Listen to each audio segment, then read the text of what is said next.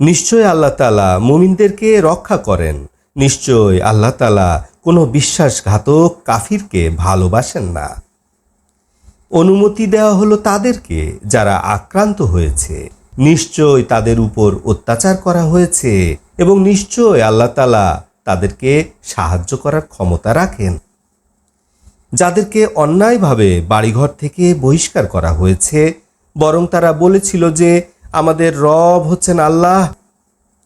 মানুষের এক দলকে অন্য দল দ্বারা যদি প্রতিহত না করা হতো, তাহলে নাসারাদের মধ্যে গৃহত্যাগীদের সওমা, সাধারণ নাসারাদের বিয়া, ইয়াহুদীদের সালুত, মুসলমানদের মসজিদগুলি ধ্বংস হয়ে যেত, যেগুলির মধ্যে আল্লাহর নাম বেশি করে স্মরণ করা হয়।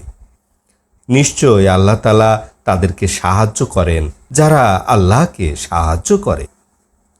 যারা এরূপ প্রকৃতির যে তাদেরকে যদি পৃথিবীতে প্রতিষ্ঠিত করা হয়, তবে তারা সালাত প্রতিষ্ঠা করবে, জাকাত আদায় করবে, ভালো কাজে আদেশ করবে, মন্দ কাজ হতে বারণ করবে এবং সমস্ত কর্মের পরিণাম আল্লাহর উপরে। যদি তারা আপনাকে অবিশ্বাস করে, তাতে দুঃখিত হবেন না। অবশ্যই তাদের পূর্বে নূহ এর জাতি তাকে অবিশ্বাস করেছে এবং আদ জাতি এবং সামুদ জাতীয়, ইব্রাহিমের জাতীয়, লুতের জাতীয়, এরা সবাই তাদের নবীকে অবিশ্বাস করেছে। এবং মাদিয়ানবাসীও এবং মূসাকে অবিশ্বাস করা হয়েছে। আমি অবিশ্বাসীদেরকে অবকাশ দিয়েছিলাম, তারপর আমি তাদেরকে পাকড়াও করেছিলাম। অতঃপর অবিশ্বাসের পরিণাম কেমন ছিল? কত জনপদ আমি ধ্বংস করেছি যার অধিবাসীরা ছিল জালিম। তারা তাদের ঘরের ছাদ সহ ধ্বংসস্তূপে পরিণত হয়েছে এবং কত বিরান কূপ এবং মজবুত অট্টালিকা। তারা কি পৃথিবীতে ভ্রমণ করে না? তাদের যদি হৃদয় থাকতো যার সাহায্যে তারা বুঝতে পারে, যদি কান থাকতো যা দিয়ে শুনতে পারে।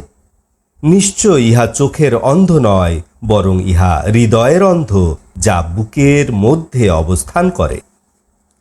তারা আপনার কাছে দ্রুত শাস্তির দাবি করে এবং নিশ্চয় আল্লাহ তাআলা তার প্রতিশ্রুতি ভঙ্গ করবেন না। এবং নিশ্চয় তোমার রবের নিকট একটি দিন 1000 বছরের সমান, যেভাবে দুনিয়াতে তোমরা গণনা করো।